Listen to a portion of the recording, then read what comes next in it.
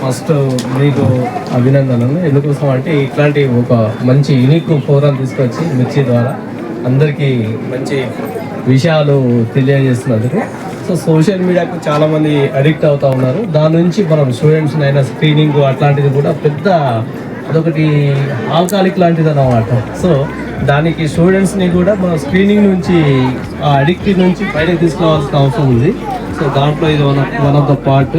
So దీంతో పాటు మనం ఏం చేయాలంటే స్టూడెంట్స్ అందరినీ కూడా చిన్నప్పటి నుంచి నాకు తెలిసి సైకాలజీ పైన కాస్త అవేర్నెస్ కల్పించాలి. ఆ సైకాలజీ రిలేటెడ్గా మీరు కాస్త ప్రోగ్రామ్స్ అట్లాంటివి కూడా దీంట్లో ఇన్వాల్వ్ చేస్తే ఇంకా బాగుంటుంది. చాలా స్టూడెంట్స్కి ఏంటంటే ఎక్కడ చూసినా కూడా మన సైకాలజీ అనేది ఒక సబ్జెక్ట్ ఎక్కడ ఉండదు స్టూడెంట్స్కి. 10th ఈవెన్ ఇంటర్ కానివ్వండి, డిగ్రీ కానివ్వండి, ఎక్కడైనా సరే. సో బై చాయిస్గా మనము సైకాలజీని తీసుకుంటే కనుక సైకాలజీ గురించి తెలుస్తుంది స్టూడెంట్స్, కానీ అసలు సైకాలజీ అనేది తెలియట్లేదు. సైకాలజీ కనుక వాళ్ళకి ఇంట్రడ్యూస్ చేస్తే కనుక వాళ్ళు చిన్నప్పటి నుంచి సైకాలజీ అంటే ఏంది, మనిషి ఏ విధంగా ఉండాలి, ఎట్లా ఉండాలి, వాడి యొక్క అవసరం ఏంది, ఈ సొసైటీకి ఒక మనిషి యొక్క అవసరం ఏంది, ఎవరు కూడా ఒక క్యాండిడేట్ అనేవాడు ఈ సొసైటీకి చాలా అవసరము. ప్రతి ఒక్కరిలో ఏదో ఒక యూనిక్ స్ట్రెంత్ అనేది దాగి ఉంటుంది. సో దాన్ని తీయాలి అంటే వాడేంది, వాడి వల్ల సొసైటీకి ఏం అవసరమో అని చెప్పేసి వాడిలో మనం వెలికి తీయాలి. సో అప్పుడు మాత్రమే దాన్ని ఎట్లా సాధ్యమవుతుందంటే సైకాలజీ కల్పించడము, సొసైటీకి సంబంధించినటువంటి అవేర్నెస్ ప్రోగ్రామ్స్, సోషల్ వర్క్ అట్లాంటి ప్రోగ్రామ్స్ అరేంజ్ చేయడం ద్వారా వాళ్ళల్లో ఉన్నటువంటి యూనిక్ ప్రోగ్రామ్, వాళ్ళలో యూనిక్ స్ట్రెంత్ ఏదైతే ఉందో బయటకు రావడానికి, అది సొసైటీకి యూజ్ కావడానికి, ఒక్కరితో ఆగిపోకుండా 10 మందికి బాగు కోసము. ఆ బాగు ఎట్లుండాలి అంటే డెవలప్మెంట్ కాదు, సస్టైనబుల్ డెవలప్మెంట్లో ఉండాలి. అది ఫ్యూచరు తరాలకు కూడా, జనరేషన్కి కూడా అది యూజ్ అయ్యే విధంగా ఉండాలి. అట్లాంటి డెవలప్మెంట్ ఉన్నప్పుడు మాత్రమే సొసైటీ బాగుపడుతుంది.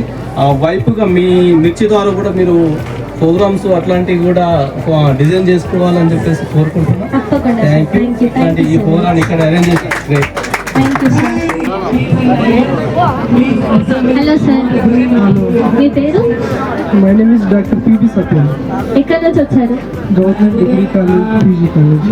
ఓకే. ఈ మ్యారథాన్ చూసిన తర్వాత ఈ అరేంజ్మెంట్స్ అన్ని చూసి మీకు ఏమనిపించింది? చాలా మంచి అరేంజ్మెంట్. అంటే ఎంత ముందు ప్రీ ప్లాన్ ఉంటే తప్ప ఇంత పెద్ద ఈవెంట్ చేయడం అంటే చాలా కష్టం. కాబట్టి చాలా బాగుంది ఈవెంట్. ఎగ్జాక్ట్లీ 5 o'clock అంటే 5 o'clock అరేంజ్మెంట్స్ అన్ని చాలా బాగున్నాయి. నేను చూసి చాలా ఆశ్చర్యపోయినా. ఎగ్జాక్ట్లీ 2 hours 3 hours ప్రోగ్రామ్ అంతా కంప్లీట్గా వస్తుంది దాదాపు. కానీ చాలా బాగుంది అరేంజ్మెంట్స్.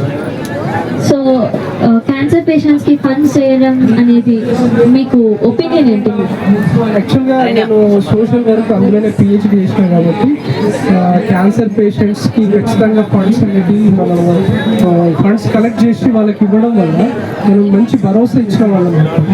క్యాన్సర్ పేషెంట్స్ అని కాకుండా హెచ్ఐవి పేషెంట్స్ చాలామంది విక్టిమ్స్ ఉంటారు కాబట్టి వాళ్ళకు మనము ఫండ్ రైజింగ్ చేసి వాళ్ళకు భరోసా ఇచ్చినట్లయితే వాళ్ళ జీవితంలో కొంచెం ఎక్కువ కాలం బతికే అవకాశం ఉంటుంది. కాబట్టి మనం అందరం వాళ్ళకి తోడు ఉండాలని నేను ఖచ్చితంగా కోరుతున్నాను. Thank you sir. అండ్ మా రేడియోని ఫాలో అవుతూ మా ఇన్ఫర్మేషన్ని, మా సామెతల్ని, పొడుపు కథల్ని వింటూ ఉండండి, వేరే వాళ్ళకి వినిపిస్తూ ఉండండి. And stay tune to little scholars radio sir. Thank you very much.